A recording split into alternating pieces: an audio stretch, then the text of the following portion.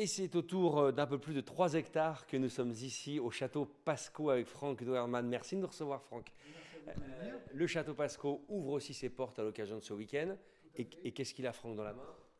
Un petit masque. Alors on a eu des petits retours, hein. Rassurez-vous, toutes les interviews que nous faisons, on ne se serre pas la main, on ne s'embrasse pas, on respecte au mieux les distances, la distanciation sociale. Et quand vous recevez vos visiteurs, il y a du gel hydroalcoolique, il y a des masques, hein. Tout à fait. Et surtout, bon, on rentre pas dans la salle. Le plus important, c'est de rester à l'extérieur. Si les personnes sortent de la voiture, on reste toujours à l'extérieur. Là, on est dans la salle.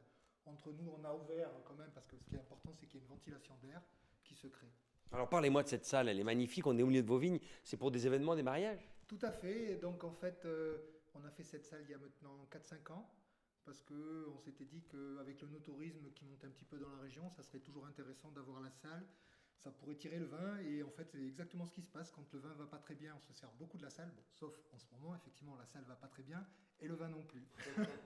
Mais voilà, quelque part, c'est tout un symbole d'avoir organisé ces journées portes ouvertes à quelques jours après le déconfinement. Il y a comme un renouveau, là. Et effectivement, je pense que c'est important. Il faut bien comprendre qu'en respectant les règles de distanciation et tout ça, ben, on peut quand même continuer à goûter du vin. Alors nous, ce qu'on a mis en place, c'est que quand les clients viennent, s'ils achètent plus de 12 bouteilles, on leur donne une bouteille du millésime de leur choix. Comme ça, la dégustation, eh bien, ils la feront chez eux. Parce qu'il y a toujours cet aspect dégustation qui est vraiment très important. C'est bien, hein, les viticulteurs ont des idées.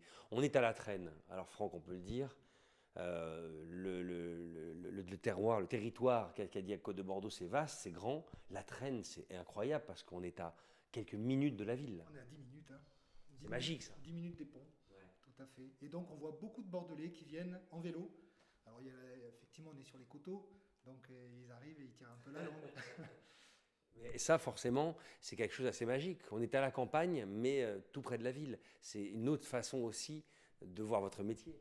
Oui, ben, pour nous, c'est important de. Alors, c'est des avantages et c'est aussi des inconvénients, parce qu'il y a toujours la friction entre l'urbain et le rural. Mais c'est vraiment justement très important de pouvoir discuter avec des clients qui viennent de zones urbaines et de leur montrer effectivement comment on travaille. Alors c'est une histoire de famille ici aussi, hein. Tout à fait, c'est une histoire de famille. Mes parents étaient enseignants et ils ont eu peur de s'ennuyer un petit peu à la retraite. Et donc, eh bien, ils ont acheté cette petite propriété sans rien y connaître.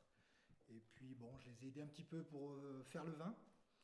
Et puis, je suis tombé un petit peu dans le chaudron. Et finalement, je continue à m'occuper de la propriété. C'est toujours des histoires comme celle-là que l'on aime entendre quand on se promène. Merci Franck de nous avoir ouvert vos portes et ces grandes baies vitrées.